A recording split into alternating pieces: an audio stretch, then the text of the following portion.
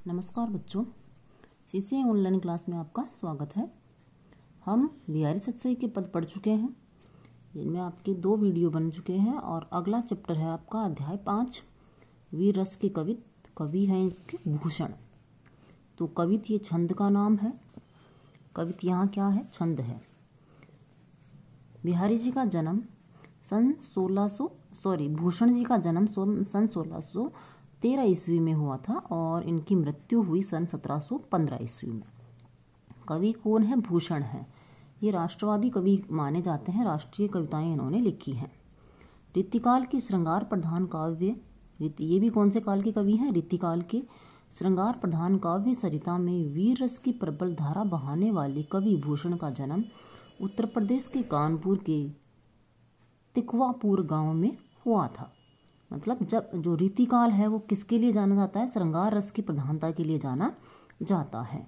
लेकिन उस काव्य धारा में एक अलग से ही उन्होंने कौन सी वीर रस को प्रबल धारा में बहाने का प्रयास भूषण जी ने किया है। इनका जन्म उत्तर प्रदेश में कानपुर के तिकवापुर गांव में हुआ था। इनके पिता रत्नाकर त्रिपाठी थे। पिता का नाम रत्नाकर त्रिपाठी है। इनका मूल नाम घनश्याम था। यह आपको ध्यान में रखना है कि भूषण जी का मूल नाम क्या था। सदा भूषण इनकी उपाधि है। ये बात आपको ध्यान में रखनी है कि इनका मूल नाम घनश्याम था। भूषण इनको उपाधि प्रदान की गई है। इन्हें छत्रपति शिवाजी और छत्रसाल महाराज के दरबार में विशेष सम्मान प्राप्त हुआ। ये भी बात आपको ध्यान में रखनी है कि कौन से राजाओं ने इनको विशेष सम्मान दिया। तो छत्रसाल और छत्रपति शिवाजी, इन दोनों के यहाँ इनको महत्वपूर्ण स्थान प्राप्त हुआ।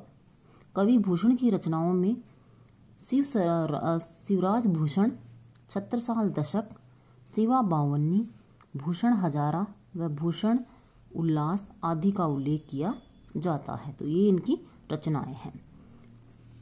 उनकी सर्वाधिक प्रसिद्ध रचना शिवराज भूषण है। तो सबसे प्रसिद्ध रचना इनकी कौन सी है? शिवराज भूषण। भूषण की रचनाओं में राष्ट्रीयता की भावना, वीरता की उद्गार व ओज गुणों का विशिष्ट है। मतलब विशिष्टता किस चीज की है? ओज गुण की विशिष्टता है। और वीर रस के साथ हमेशा क्या आता है? ओज गुण आता है। वो राष्ट्रीय एकता की भावना इनकी कविताओं में देखने को मिलती है। कवि की वाणी देशवासियों के लिए आज भी प्रेरणादायी है। जो कवि के द्वारा अपनी बात कही गई है वह देश के लिए क्या है? प्रेरणा देने वाली है। ये इनका कवि परिचय हो गया भूषण जी का। अब पढ़ते हैं जो आपकी पाठ परिचय है। पाठ में जो इनके पद दिए गए हैं उनके बारे में। प्रस्तुत पाठ में कविवर भूषण के 5 कवित लिए गए हैं। तो कवित छंद का नाम है भी। तो कितने कवित हैं? 5 कवित हैं। शिवाजी जब युद्ध के लिए प्रस्थान करते हैं तो संसार भर में खलबली मच जाती है। ये इनके पहले पद के लिए है। शिवाजी के युद्ध के लिए प्रस्थान करने का जो वर्णन है वो प्रथम पद में किया गया है। धूल के गर्द में सूर्य तारों जैसा लगने लगता है। जब चारों तरफ धूल उड़ती है तो उस समय सूर्य तारे के समान दिखाई देने लगता है। समुद्र थाली में रखे पारे की तरह प्रतीत होता है। औरंगजेब के दरबार में समुचित सम्मान न पाकर क्रोध में उबलते शिवाजी का रौद्र लाल मुख देखकर औरंगजेब का मुख काला व उसके सिपाहियों का मुख भय से पीला पड़ जाता है। ये बात इनके आपकी भूषण जी ने दूसरे पद में बताई है कि जब उनको सम्मान नहीं दिया जाता औरंगजेब के दरबार में तो वह शिवाजी बहुत क्रोधित होते हैं। उसी का वर्णन इसमें किया गया।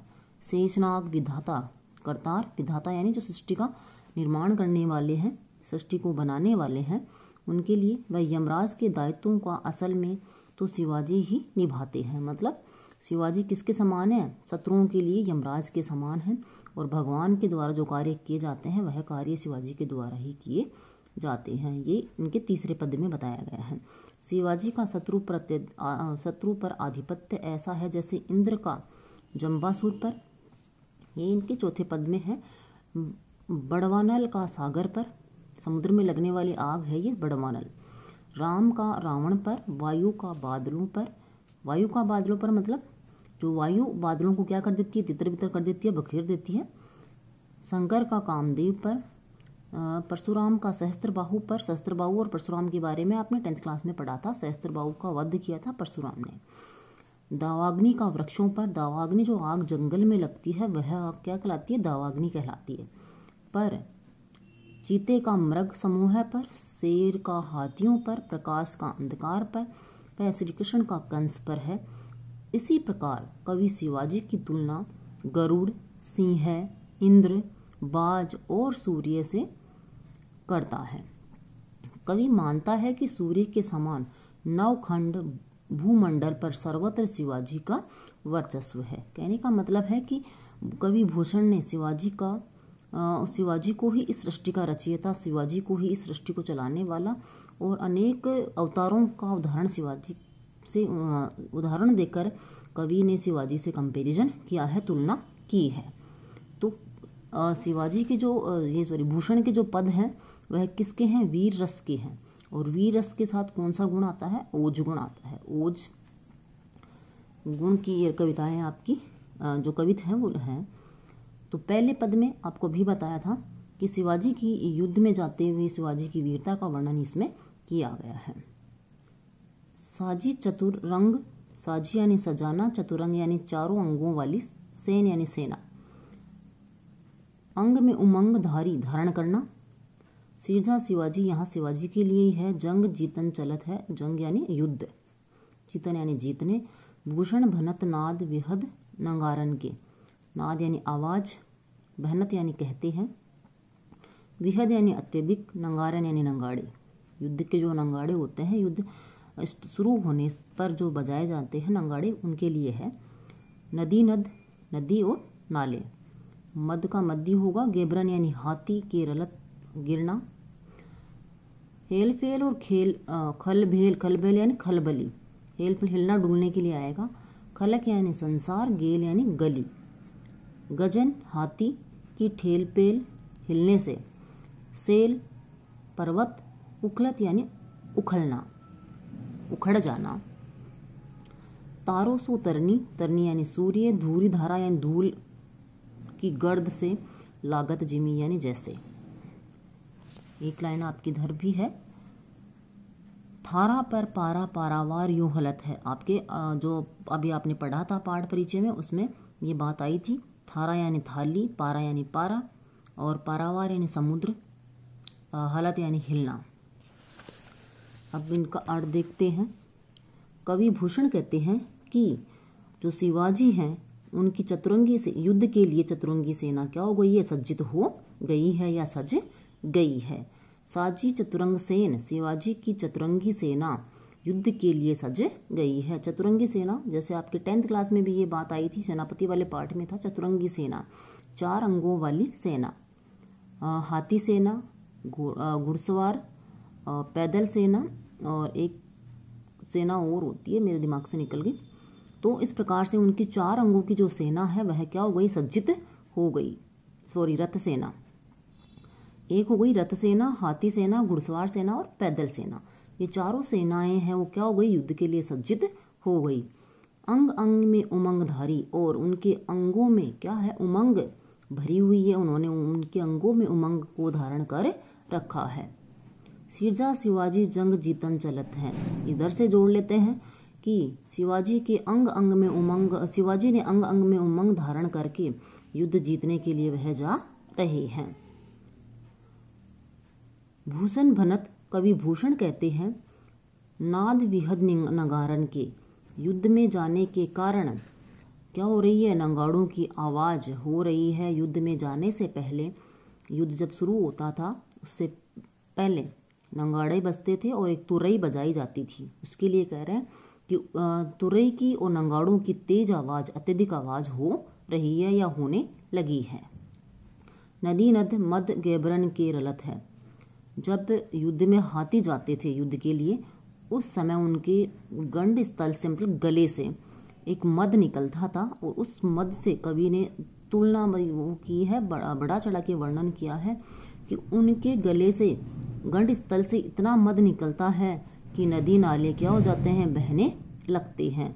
नदी नाले बहने लगते हैं। उनके हाथियों के मद से नदी नाले बहने लगते हैं। हेल फेल खेल खल भेल, खलक में गेल गेल, संसार में हाथियों के, घोड़ों के, सेनाओं के चलने से संसार में और गली गली में, संसार की प्रत्येक गली में, मतलब जिधर से भी शिवाजी की सेनाएं गुजर रही हैं वहाँ पर प्रत्येक स्थान पर, यहाँ प्रत्येक स्थान आएगा, वैसे खलक का शब्दार्थ संसार है, लेकिन यहाँ लेंगे जहाँ से शिवाजी की सेनाएं गुजर रही हैं वहाँ की गली गली में क्या हो रही है भाई, खलबली मची हुई है, हड़बड़ी और खलबली मची हुई है। गजन की ठेल फेल सेल उखलत है, और हाथियों की चलने से, हाथियों की हिलने डुलने से जो पर्वत हैं वह भी क्या हो रहे हैं, उखड़ने लगते हैं। अतिशोक्तिपूर्ण बढ़ा चढ़ा की बात को कहा गया है। जब हाथी चलते हैं तो उनके चलने से, उनके हिलने डुलने से पर्वत भी क्या करने लगते हैं, उखलने लगते हैं, उखड़ने लगते हैं। तारा सो तरनी धूली धारा में लगत जिमी, चारों तरफ सेनाएं जाती हुई दिखाई देती हैं, सेनाएं चलती हैं तो धूल उड़ती है, और उस धूल से जो सूर्य है, उस धूल की गर्द से जो सूर्य है वह कैसा लगता है, तारे के समान दिखाई देने लगता है। जिमी यहाँ उपमा अलंकार के लिए आया है भी। अतिशोक्ति हो जाएगा। अनुप्रास आपको पता ही है, क्योंकि जहाँ वर्णों की आवृत्ति होती है वहाँ अनुप्रास आपको अलंकार देखने को मिलता है। तो प्रत्येक पद में आपको ये तो अनुप्रास तो लिखना ही लिखना है, इसके साथ में ही कुछ और अलंकार जो आ रहे हैं कुछ जगह तो उनको आप लिखना है। तो धूल उड़ने के कारण, सेना के चलने से धूल उड़ रही है, और धूल उड़ने के कारण जो सूर्य है वह किसके समान प्रतीत हो रहा है, तारे के समान दिखाई दे रहा है।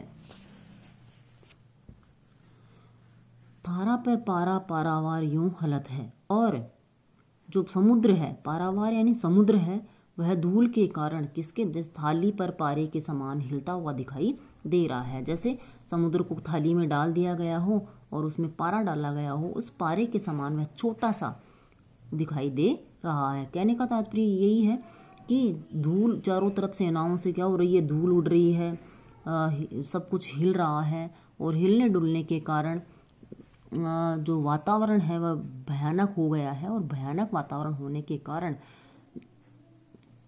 जो समुद्र है, सूर्य है, वह भी छोटे दिखाई देने लग गए हैं। इस प्रकार आपका प्रथम पद हो गया। सेकंड पद पढ़ते हैं दूसरा। इसमें शिवाजी की वीरता का वर्णन है, और उस समय का वर्णन है जब शिवाजी कहाँ जाते हैं, औरंगजेब के दरबार में जाते हैं, उनको बुलाया जाता है, तब वह जाते हैं और वहाँ उनके साथ जो भेदभावपूर्ण व्यवहार किया जाता है उसका वर्णन यहाँ कवि भूषण ने किया है। सबन के ऊपर ही ढाटो रहीबे कोई जोग, जोग यानी योग्य, ढाटो यानी खड़ा, सबन यानी सभी, सभी के ऊपर खड़ा, रहीबे यानी रहने के योग्य, ताही खरो, ताही यानी वह, खरो यानी खड़ा, 6000 जो पुराने समय में जो सामंत होते थे, जैसे औरंगजेब का आधिपत्य स्वीकार कर लिया जिस सामंत ने, तो उस सामंत को ये पद दिए जाते थे, 6000 की सेना, 7000 की सेना, 5000 की सेना, मतलब उसकी योग्यता के अनुसार जो औरंगजेब था, मुगल जो बादशाह थे, वह उनको सैनिक दिया करते थे या सेनाएं दिया करते थे। उनके लिए हाँ 6000 के लिए कहा गया, उनके लिए बताया गया। गैर मिसल गुस्सेले, यहाँ गलत व्यवहार, अनुचित व्यवहार के लिए आएगा। गुस्सेले यानी क्रोधित, यहाँ भी गुस्सा आएगा। धारी में कीन्यो ना सलाम न बचन बोले, सलाम का तो नमस्कार करना। भनत यानी भूषण कहते हैं। महावीर बलकन, बलकन का मतलब जोश में बोलना। सारी पातशाही मतलब दरबार के जो लोग थे, पातशाही का मतलब औरंगजेब के दरबार में जितने भी लोग बैठे थे वो उन दरबारी लोगों के लिए उनके क्या उड़ गए, होश उड़ गए। तमकते लाल, तमकना गुस्सा, गुस्सा होना। निरखी यानी देखना। श्याम मुख, काला मुख। नौरंग यहाँ औरंगजेब के लिए है। सिपाही मुख, सिपाहियों की मुख। पियरे यानी पीले। कवि यहाँ वर्णन करते हुए कहते हैं कि सबन के ऊपर ही ठाटो रहीबे के योग्य, जो सबके ऊपर खड़ा रहने के योग्य था। कौन? शिवाजी। शिवाजी सबसे ऊपर खड़े रहने के योग्य थे, लेकिन औरंगजेब ने उनके साथ अच्छा व्यवहार वहाँ पर नहीं किया, उनका सम्मान वहाँ पर नहीं किया। औरंगजेब ने उनका अपमान किया। ताही खरो कियो 6000 के लिए, उनको 6000 जो 6000 सेना थी उनके पास में खड़ा कर दिया। कहने का मतलब ये है कि औरंगजेब शिवाजी सबसे ऊपर खड़े रहने वाले थे, लेकिन उनको 6 हजारियों के पास में ही खड़ा कर दिया, जिससे और शिवाजी ने अपना अपमान समझा और वह क्या हो गए, क्रोधित हो गए। जानी गैर मिसिल शिवाजी ने अपना इसको क्या समझा, अपमान समझा। यह उनके लिए क्या था, अनुचित व्यवहार था।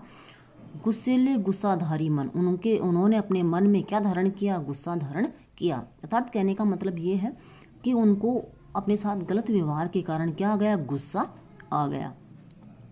कीन्यू न सलाम न वचन बोले सियरे, सियरे यानी शीतल, ना ही उन्होंने औरंगजेब को सलाम किया। औरंगजेब के गलत व्यवहार के कारण शिवाजी ने ना ही तो औरंगजेब को सलाम किया और ना ही उनसे कोई शीतल वचन, मृदु वचन बोले।